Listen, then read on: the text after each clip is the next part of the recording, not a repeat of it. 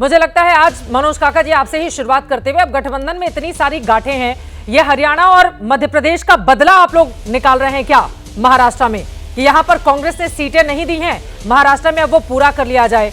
ये सही बात है कि समाजवादी पार्टी के वजह से ही कांग्रेस पार्टी ने लोकसभा चुनाव में इतना अच्छा प्रदर्शन किया है, जो आप लोग दावा भी करते हैं, वही बदला निकाल रहे हैं महाराष्ट्र से।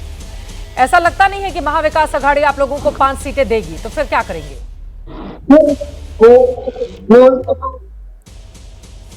कोई बदला नहीं निकाला जा रहा है और किसी बदले कोई बात नहीं। जो सवाल आपका है कि किस तरह की गांठें हैं क्या महागठबंधन में, तो गांठों को, हर तरह की गांठें आप समझती हैं कि सामाजिक जीवन में, व्यक्तिगत जीवन में, सार्वजनिक जीवन में गांठों का जो खोलना होता है सार्वजनिक जीवन में, वो संवाद से होता है। और संवाद कर करके और किसी की हक और हिस्सेदारी की ही लड़ाई माननीय अखिलेश यादव भी अपने पीडीएफ की अवधारणा से लड़ रहे थे। और आज के समय में डॉक्टर लोहिया के सप्त क्रांति से लेकर के जेपी के संपूर्ण क्रांति का अगर कोई स्वरूप है, और बीपी मंडल के संस्कृतियों का मंडल कमीशन को अगर कोई व्यवहारिक रूप में उसको व्यवहार में उतार रहा, सामान्य सीटों पर भी दलित वर्ग के लोगों को प्रतिनिधित्व दे रहा, तो उस शख्स का नाम, उस राजनीतिक नायक का नाम अखिलेश यादव।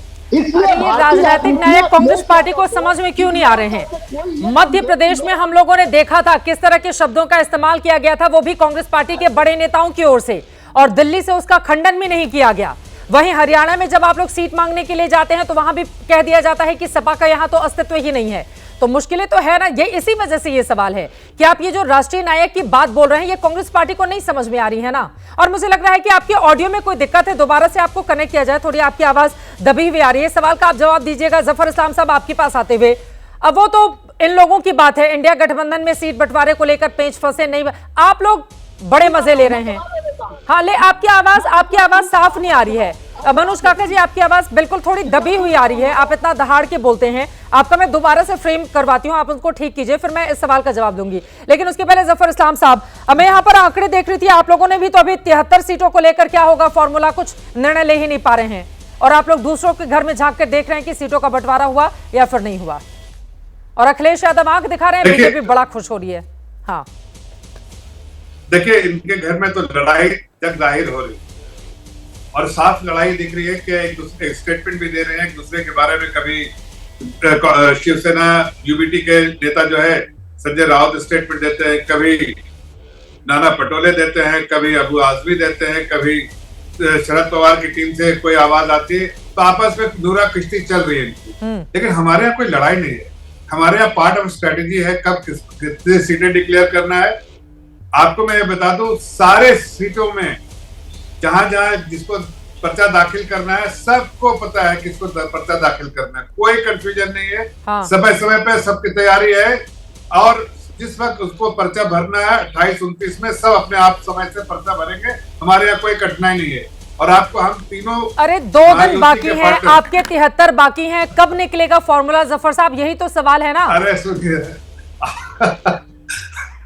आपको लग रहा है कि हमें फॉर्मूला निकालना है। अरे भाई, हमारी सीटें भी डिस्कस हो गई है, हमें जो कैंडिडेट लड़ने वाला उसको भी पता है, वो उसने अपनी तैयारी कर दी। ये हमारा पार्ट ऑफ द स्ट्रेटेजी है कि हम आराम से लास्ट डे में, हो सकता है 29 तारीख को दें हम टिकट। तो आपको लगता है 29 तारीख को कैंडिडेट को मालूम होगा?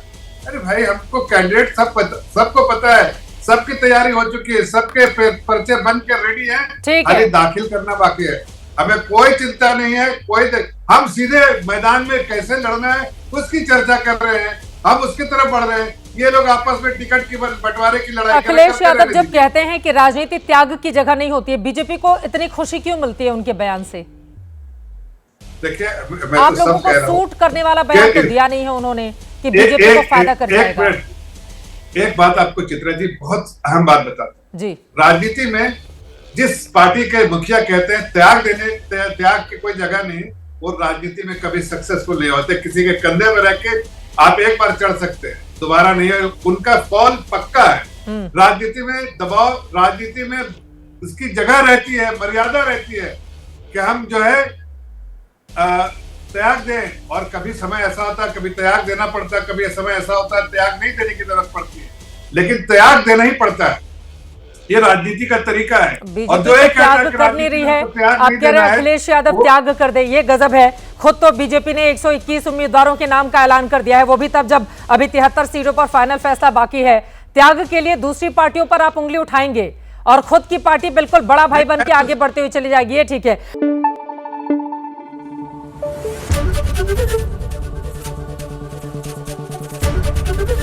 एबीपी न्यूज आपको रखे आगे।